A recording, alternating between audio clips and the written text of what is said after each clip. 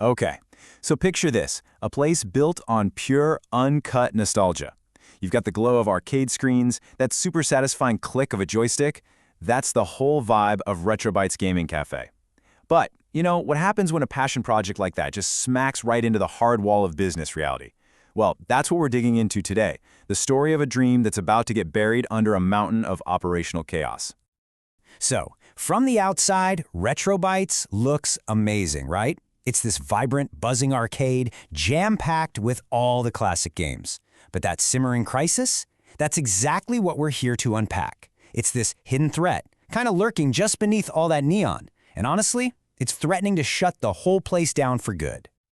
All right, so how did we even get here?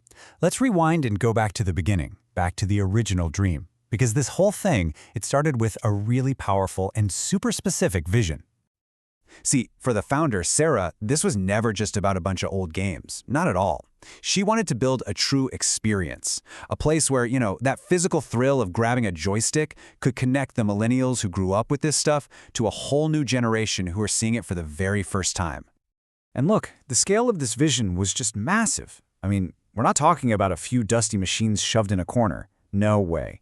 Sarah went out and curated this incredible collection of over 200 vintage arcade cabinets and pinball machines.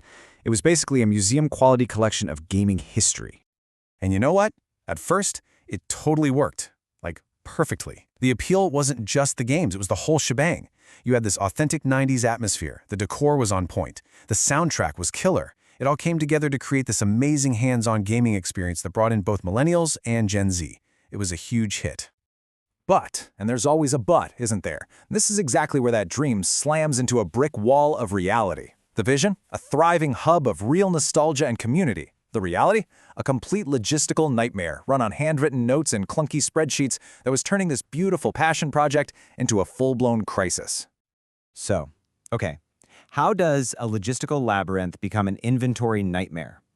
Well, this is the part of the story where the dream really starts to show its cracks, and the chaos behind the scenes threatens to bring the whole thing crashing down. Ensnared in a logistical labyrinth. I mean, that phrase just hits the nail on the head, doesn't it? It perfectly captures what was happening to Sarah. She wasn't just running a cool cafe anymore. She was completely trapped in this maze of operational problems, and there was no obvious way out. Okay, to really get why this was such a disaster, you have to understand this concept of dynamic inventory. Think about it. An arcade machine isn't like a can of soda on a shelf. It's not static. It's an active, money-making asset that needs constant attention, repairs, maintenance, monitoring. It's almost like a living, breathing part of the business itself. And this is the real kicker, the paradox of the whole situation. The very authenticity that made RetroBytes so special was also its greatest weakness. These aren't just generic machines you can order parts for online. Oh no. These are unique historical relics. They need specialized maintenance, super rare parts, and the manual spreadsheets Sarah was trying to use, they just couldn't keep up. Not even close. All right, so having a logistical nightmare is one thing, but what does that actually do to the bottom line? Let's follow the money here, because this is where we see the really painful real-world financial consequences. It all really boils down to one simple, kind of brutal business term: inefficient asset management. The very machines that were supposed to be the moneymakers, yeah, they were draining the business dry instead. And of course, when your main assets are mismanaged like that, the result is pretty much inevitable. Your profitability is toast. The business was just leaking cash, all because its core assets weren't working the way they should have been. And this chart really shows you that financial squeeze in action. Look, the potential revenue for a place like RetroBytes was sky high, but the operational costs were also massive. We're talking constant repairs, machine downtime, hunting for rare parts. It created this huge gap, leaving their actual revenue way, way behind. They were basically spending a fortune just to keep the lights on. And this goes way beyond just a spreadsheet. Put yourself in a customer's shoes for a second. If your favorite game is broken every time you visit, for weeks on end, eventually you just stop coming, right? That's exactly how these behind-the-scenes failures directly wreck the customer experience, which just kicks off a financial downward spiral. So, is there a way out of this maze? How do you escape the labyrinth? Well, yes, there is a path forward, but it's not easy. It's going to require a real strategic shift to turn this passion project back into a business that can actually survive.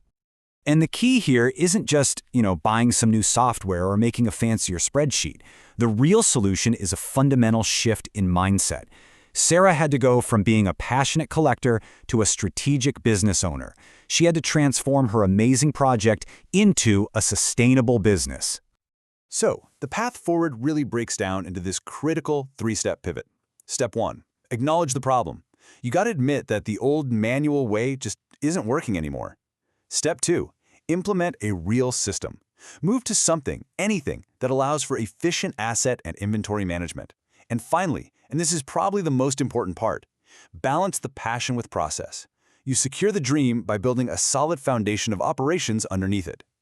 When you boil it all down, the story of RetroBytes is a huge lesson for any entrepreneur or creator out there. It really doesn't matter how cool or unique your idea is. If you don't get the fundamentals right, the boring stuff, the operational efficiency, your dream is always going to be built on shaky ground. And that really leaves us with a big question to chew on, doesn't it? For anyone out there with a great idea, the challenge isn't just coming up with a dream. It's about building the structure to support it when it takes off. So how do you protect your dream from its own success?